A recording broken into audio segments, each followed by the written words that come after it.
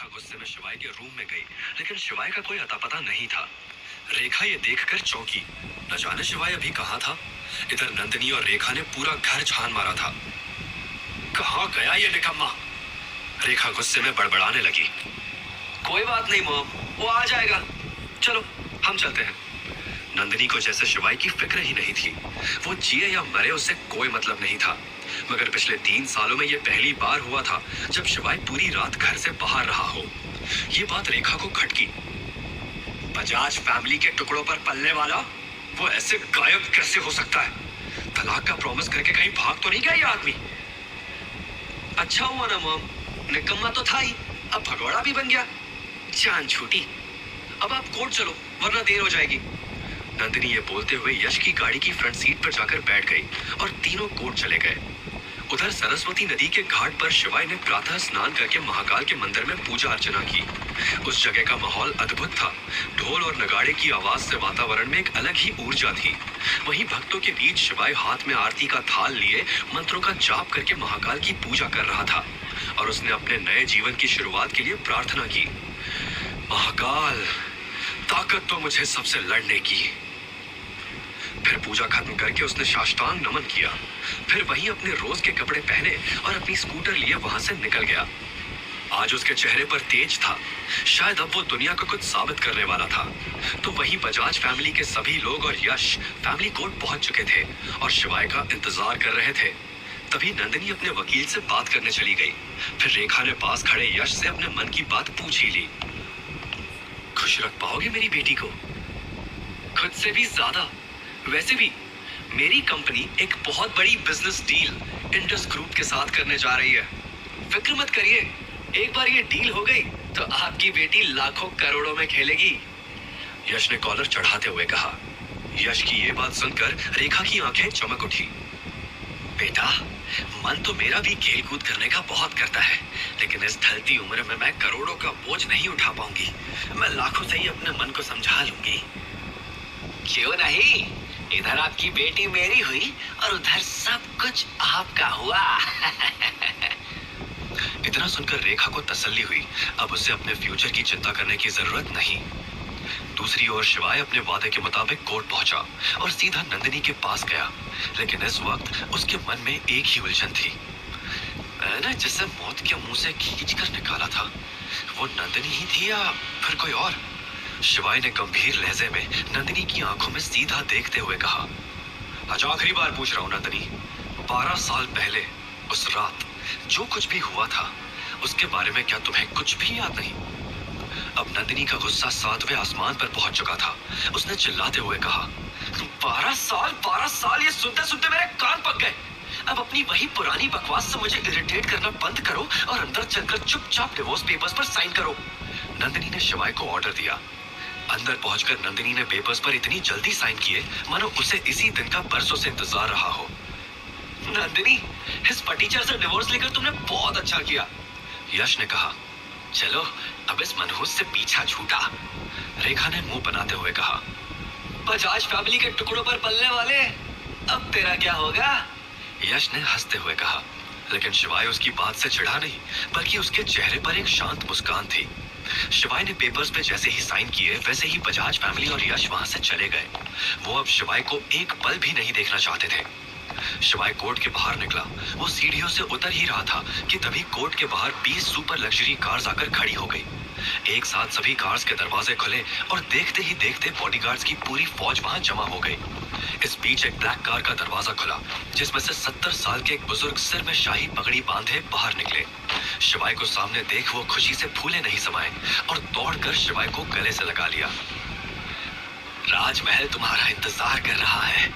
एक राजा के बिना महल अधूरा है। मेरे बूढ़े कंधे अब जिम्मेदारियों का बोझ नहीं उठा पाएंगे। शिवाय राजगुरु को देख खुश हुआ। शिवाय ने उनके पैर छुए। राजगुरु ने शिवाय को कार में बैठाया और महल की ओर निकल पड़े। काफिले के आगे बढ़ते ही एक कार जो पहले से ही कोर्ट में मौजूद थी काफिले का पीछा करने लगी। शिवाय मन में एक पहेली लिए अपनी पुरानी दुनिया में वापस लौट रहा था। उसका काफिला इंदौर शहर को पीछे छोड़कर आगे बढ़ चुका था। तभी फोन बजा। कॉल इंडस ग्रुप के दिनेश सिंह का था। जैसे जैसे फोन पर बात आगे बढ़ती गई वैसे वैसे शिवाय के चेहरे के भाव भी बदलने लगे। मुझे इंडस टावर ले चलो जल्दी। फोन काट के शिवाय ने ड्राइवर से कहा। ये सुन के राजगुरु भी परेशान हुए। क्या हुआ? तुम तो हमारे साथ ग्वालियर चल रहे थे। मेरा वहां जाना बहुत जरूरी है, आप जाओ, ये काम खत्म करके मैं आ जाऊंगा। राजगुरु ये सुनकर खुश नहीं थे, लेकिन अब शिवाय ने बोल दिया तो बोल दिया। फिर काफिला इंडस ग्रुप की बिल्डिंग के सामने रुका। शिवाय भागा भागा अंदर गया।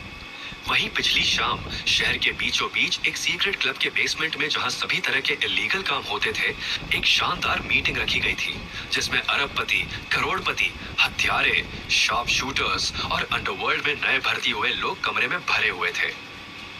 आज से चाहे वो ईस्ट सिटी का पार्ट हो या वेस्ट स्ट्रीट का या सराफा मार्केट हो, सभी को एक नाम याद रखना होगा, और वो है मेजर शिवा। अब जब मेजर वापस आ रहे हैं तो हमें सभी मतभेदों को त्याग कर उनका स्वागत करना होगा। हमें भूलना नहीं चाहिए कि उन्होंने हमारे लिए क्या किया था। यह ऐलान एक अधेड़ उम्र के इंसान ने किया, जो उन सभी का सुप्रीम था। एक बड़े रूम के बीचों बीच बड़ी सी कॉन्फ्रेंस टेबल रखी हुई थी। वहीं कमरे के आखिर में एक बार था, जिस पर सफेद मूंछों में एक आदमी बैठा था। सभी नए किलर्स कॉन्फ्रेंस टेबल को घेरे हुए थे, और इन सभी लोगों के शरीर पर टैटू और घावों के निशान थे। मीटिंग जोरों शोरों पर थी। टेबल को बजा के सभी ने इस बात का समर्थन किया। पीछे खड़े दो नए किलर्स, डागा और तेजा, थोड़े कंफ्यूज थे। ये कौन है जिसके बारे में बातें हो रही है? तू जानता है क्या? डागा ने पूछा। तो तेजा ने कहा, ना, बिल्कुल नहीं। दोनों ये समझ नहीं पा रहे थे कि ये मेजर कौन था। वो देख, बार पर हेडशॉट बैठा है, उससे पूछते हैं। क्योंकि हेडशॉट इस बिजनेस में पुराना सूरमा था, इसीलिए उन्होंने हेडशॉट को पूछना सही समझा। हेडशॉट अपनी सफेद मूंछों को हमेशा ताव देता रहता था। उसके चेहरे पर एक बड़ा सा कट था और उसकी बड़ी बड़ी आंखें थी। बस एक ही कमी थी, उसका कद छोटा था, मगर बातें बड़ी बड़ी करता था। और हो भी क्यों ना, जैसलमेर की मिट्टी पर जो जन्मा था, लेकिन दिल से था इंदौरी। जब डागा और तेजा उसके पास आए तो वो उन्हें घूरने लगा। हेडशॉट, तुम हमसे ज्यादा समय से यहाँ हो, क्या तुम जानते हो कि ये मेजर कौन है? तेजा ने उत्सुकता से पूछा। हेडशॉट ने इधर उधर देखा, हंसा और धीरे से बोला, माँ कसम, मैंने सपने में भी नहीं सोचा था, पर इधर के हालात वाकई बदतर हैं। तुम लोग मेजर शिवा को नहीं जानते और मेरे सामने खड़े होने की हिम्मत कर रहे हो? ना ना ना ना ना, माँ कसम मैं बता रहा हूँ, अगर ये मीटिंग नहीं चल रही होती तो तुम दोनों को जिंदा गाड़ देता। अब ये बताओ, क्या तुम लोग जानते हो कि 5 साल पहले क्या हुआ था? ये सुनकर डागा और तेजा दंग रह गए। यही तो हम जानना चाहते हैं। हेडशॉट ने उन दोनों की ओर देखा। मुझे याद है 5 साल पहले अंडरवर्ल्ड में एक सन की घोस्ट घुसा था। वो दिल का बहुत बुरा आदमी था। वो किसी को भी मार देता था, काट देता था, और तो और जला भी देता था। मुझे याद है उसका एक ही सपना था, पूरे इंडिया के अंडरवर्ल्ड पे राज करना। लेकिन वो कहते हैं ना, हर कहानी में विलन को मारने के लिए हीरो का आना तो जरूरी ही होता है, और अपनी कहानी का हीरो है मेजर शिवा। ये सुनकर डागा और तेजा शॉक्ड हो गए थे। जब मेजर आए तो उन्होंने उस घोस्ट की हालत पतली कर दी। रातों रात उन्होंने उसकी बनाई अंडरवर्ल्ड की दुनिया को तबाह किया था। मुझे आज भी याद है उनके गले की वो रुद्राक्ष माला। जैसे जैसे हेडशॉट कहानी बताया जा रहा था, वैसे वैसे उसकी आंखें बड़ी होती जा रही थी। फिर क्या हुआ? तेजा ने उत्सुकता से पूछा। हेडशॉट ने बोलना जारी रखा। उन्होंने सभी को तितर बितर कर दिया था। माँ कसम सच बता रही हूँ, अपनी इन आंखों से उन्हें 735 प्रोफेशनल किलर्स को मारते देखा था, अकेले, बिना किसी हथियार के, अपने हाथों से। कहानी सुनाते सुनाते हेडशॉट के भाव बदलने लगे। घोस्ट की संगत में मैंने भी कई मासूमों की जान ली थी। बस फिर क्या था, मेजर ने मुझे इतना मारा और साथ ही निशान के तौर पे चेहरे पे यह कट दे दिया। बस उस दिन से मैं उनका भक्त हो गया। महाकाल का रूप है वो। उन्होंने हम जैसे बुरे लोगों के साथ भी इतना अच्छा किया। ये निशान आज भी मुझे उनकी याद दिलाता है। ये सुन के डागा और तेजा की आंखें फटी की फटी रह गई। उन्हें बिल्कुल यकीन नहीं हुआ। चल झूठा, तुम कुछ भी कहोगे और हम उस पर यकीन कर लेंगे, डागा ने कहा। हेडशॉट ने बस उन दोनों की तरफ सिर उठाकर देखा और मंद मंद मुस्कुराया। क्या तुमने देखा उन्हें कभी? तेजा ने पूछा। हेडशॉट ने अपनी बची हुई ड्रिंक खत्म की। बेटा, शेर की दहाड़ी काफी है उसका परिचय देने के लिए। चेहरा देखा नहीं तो क्या, महसूस तो किया है। उस अंधेरी काली रात में एक अकेला शेर सभी गीदड़ों पर भारी पड़ा था। तभी हेडशॉट का फोन बजा। उसने नाम देखते ही कॉल उठा लिया। जी हुजूर, फरमाइए, क्या सेवा कर सकता हूँ। लेकिन जैसे ही फोन की दूसरी ओर की आवाज सुनी तो उसके चेहरे के भाव बदल गए। मैं देव बोल रहा हूँ, दिनेश का भतीजा। ये सुन के उसने धीमी आवाज में कहा, माँ कसम छोटे मालिक, आपकी आवाज डिट्टो मालिक जैसी है। बताओ क्या काम था। फिर फोन से आवाज आई, एक आदमी का एनकाउंटर करवाना था। हेडशॉट ने देव की बात सुन के कहा, माफ कीजिएगा, लेकिन मैं आपका अभी कोई काम नहीं ले सकता। देव ये सुन के निराश हुआ। वो किसी भी कीमत पर यह काम करवाना चाहता था। 5 लाख में भी नहीं करोगे? हेडशॉट मुस्कुराया, माँ कसम बात पैसों की नहीं है, अभी समय ठीक नहीं है, कुछ रूल्स है जो मुझे फॉलो करने पड़ते हैं। लेकिन देव अपनी बात पर अड़ा हुआ था। 10 लाख भी नहीं। ये सुन के हेडशॉट के मन में भी लालच आ गया। आप समझने की कोशिश करिए। देव ने और पैसे बढ़ाए। 20 भी नहीं।